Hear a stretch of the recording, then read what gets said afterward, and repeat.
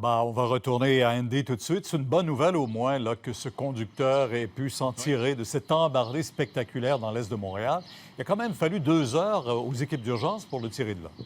Et ça a dû être des heures angoissantes, Pierre. D'ailleurs, vous allez voir des images, on vous en présentait ce midi. Regardez l'état de ce camion, Ben. Il ne reste pratiquement plus grand-chose. Donc, c'est presque du miracle que l'homme soit hors de danger, qu'il s'en sorte pratiquement indemne. On parle de blessures au niveau des membres inférieurs. Selon nos informations, c'est ses jambes qui étaient coincées sous le volant en question. Donc, oui, près de 2 heures pour sortir l'homme de sa fâcheuse position. C'est finalement une équipe donc de sauvetage technique du service incendie de Montréal qui a réussi à le faire. Cela dit, faisons ensemble le fil des événements pendant qu'on vous montre toujours ces images. Vous allez en voir d'ailleurs au sol, captées par nos équipes du haut des airs à plusieurs centaines de pieds d'altitude à bord de l'hélicoptère TVA Nouvelle. En fait, c'est un camion, c'est un col bleu de la Ville de Montréal, un camion de la Ville de Montréal, de l'arrondissement Mercier-Hochelaga-Maisonneuve, circulait sur l'autoroute métropolitaine en direction est, voulant emprunter la bretelle qui donne accès vers le boulevard Bourget. Pour une raison inconnue, le camion s'est retrouvé sur le côté, même dirais-je, sur le nez là, en question. Donc, ça a été une opération qui a demandé quand même beaucoup de délicatesse de la part des autorités. Les remorqueurs sont arrivés là.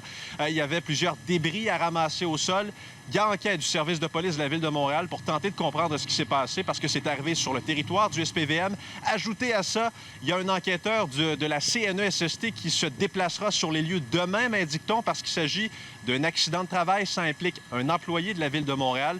On s'est entretenu, c'est ma collègue Marianne Lapierre qui a réalisé une courte entrevue avec le gérant, un des gérants de l'atelier de l'arrondissement Mercier-Hochelaga-Maisonneuve. Ce sera suivi d'un remorqueur. Le véhicule arrangé comme ça, c'est spectaculaire. Ce qui est le plus important, c'est que l'employé soit seulement blessé légèrement. Bon, première nouvelle qu'on a. On n'a aucune idée comment il a pu se retrouver dans cette position-là. Pas du tout, parce que là, avec le paquet de véhicules qu'il y a là, ça cache toutes les traces du tout, fait qu'on peut pas rien voir. Il y a des enquêteurs sur place, ils vont sûrement faire un rapport là-dessus. Il a viré sur le côté, puis à ce moment-là, la boîte a planté dans le sol. La boîte, en plantant dans le sol, ça lui a fait faire une rotation supplémentaire. Image saisissante, spectaculaire accident, mais ça se termine quand même bien. Là, on parle de blessures au niveau des membres inférieurs. Pierre, mais l'homme est maintenant hors de danger. C'est la meilleure nouvelle. Merci.